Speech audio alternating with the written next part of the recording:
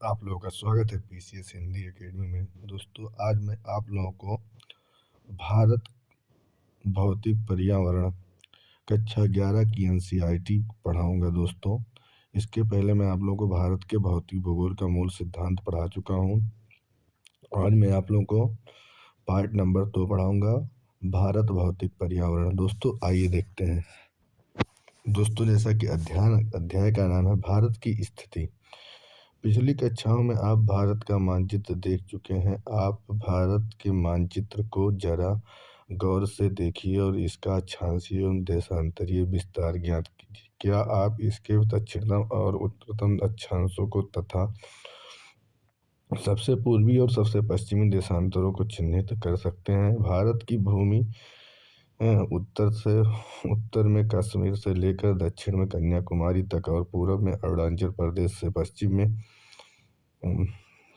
में गुजरात तक फैली हुई है। भारत की सीमांत क्षेत्र आगे समुद्र की ओर 12 समुद्री मील तक फैला हुआ है। मानक मील 63,360 इंच और समुद्री मील 72,960 इंच। मानक मील लगभग 1.6 किलोमीटर और समुद्री मील 1.8 किलोमीटर। हमारे देश की दक्षिणी सीमा बंगाल की खाड़ी से 6.45 डिग्री उत्तरी अक्षांश के साथ निर्धारित होती है। आइए इतने बड़े अक्षांशीय व देशांतरीय विस्तार के परिणाम का विश्लेषण करें। यदि आप भारत के अक्षांशीय और देशांतरीय विस्तार की गणना करें तो यह लगभग 30 है, जबकि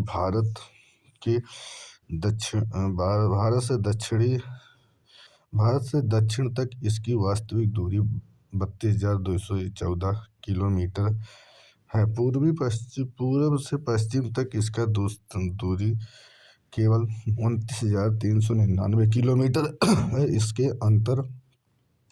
अंतर का क्या कारण है? इसे जानने के लिए पुस्तक भूगोल में प्रयोगात्मक कार्य भाग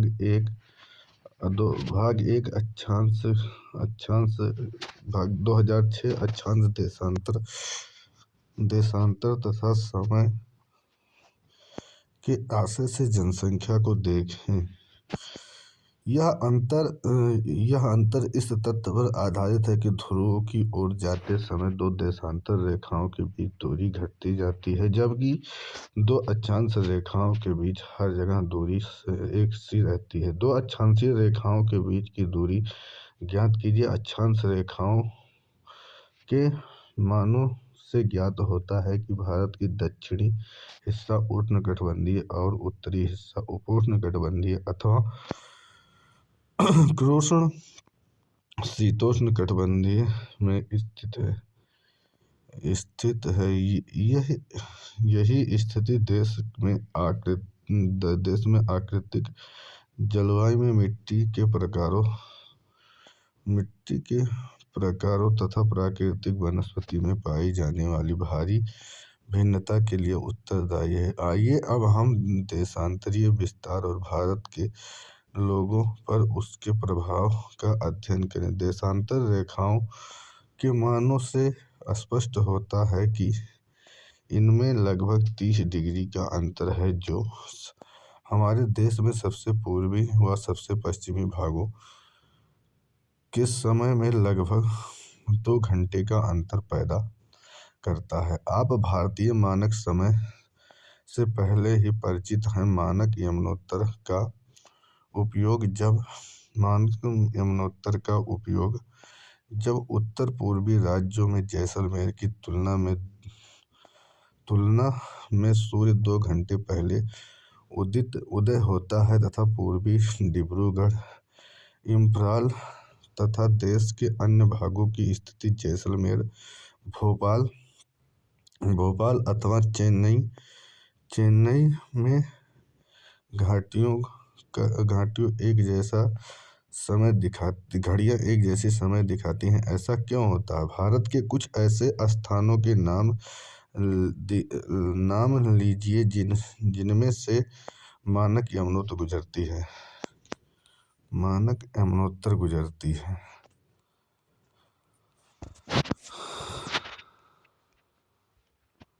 भारत का क्षेत्रफल 32.8 लाख वर्ग किलोमीटर है, जो विश्व के स्थलीय धरातल का लगभग 4.4% भाग है। इस प्रकार भारत विश्व का 7वां सबसे बड़ा देश है। क्या आपको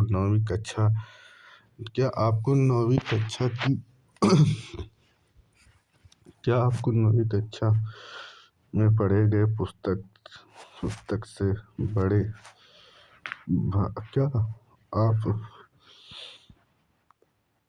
क्या आपको 9वीं कक्षा की पुस्तक में पढ़े गए भारत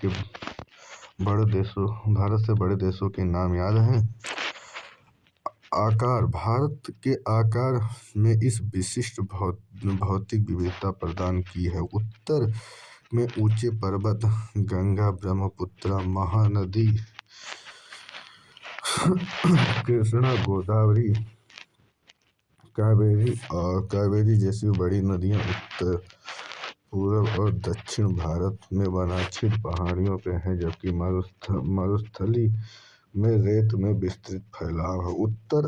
उत्तर में हिमालय पर्वत, उत्तर पश्चिम में हिंदकुश और सुलेमान श्रेणी, उत्तर पूर्व में पूर्वांचल पहाड़ियों तथा दक्षिण में विशाल हिंद महासागर से सीमांकन का एक बृहद भौगोलिक इकाई है, जिसे भारतीय उपमहाद्वीप कहा जाता है। इसमें पाकिस्तान, नेपाल, भूटान, बांग्लादेश और भारत आते हैं। भूतकाल में हिमालय अपनी अन्य श्रेणियों के साथ एक मजबूत भौतिक अवरोध की भिन्नता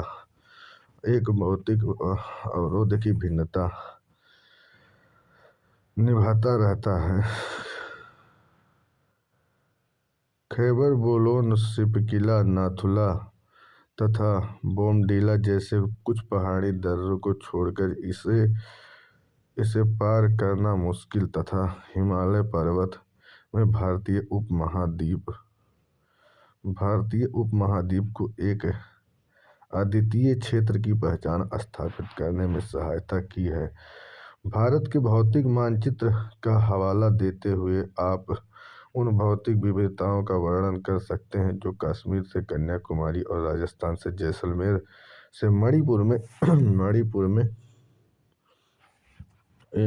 इम्फाल तक की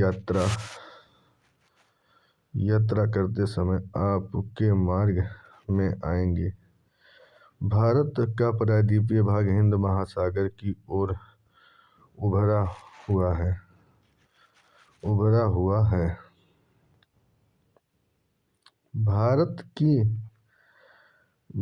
की संपूर्ण तट रेखा द्वीप समूहों समेत 7,517 किलोमीटर पर विस्तृत है। एक देश के रूप में भारत भौतिक दृष्टि से विविधतापूर्ण भाग है, जिससे यहाँ विभिन्न प्रकार के संसाधन पाए जाते हैं। भारत के पड़ोसी भारत की स्थिति मानचित्र की जांच करें। आप देखेंगे कि भारत एशिया महाद्वीप के दक्षिणतम मध्य भाग में स्थित है और बंगाल की खाड़ी और अरब सागर के रूप में विस्तृत है। इसकी दोनों भुजाएं हिंद महासागर के साथ सीमा बनाती हैं। प्रायद्वीपीय भारत की इस सामुद्रिक स्थिति की वजह से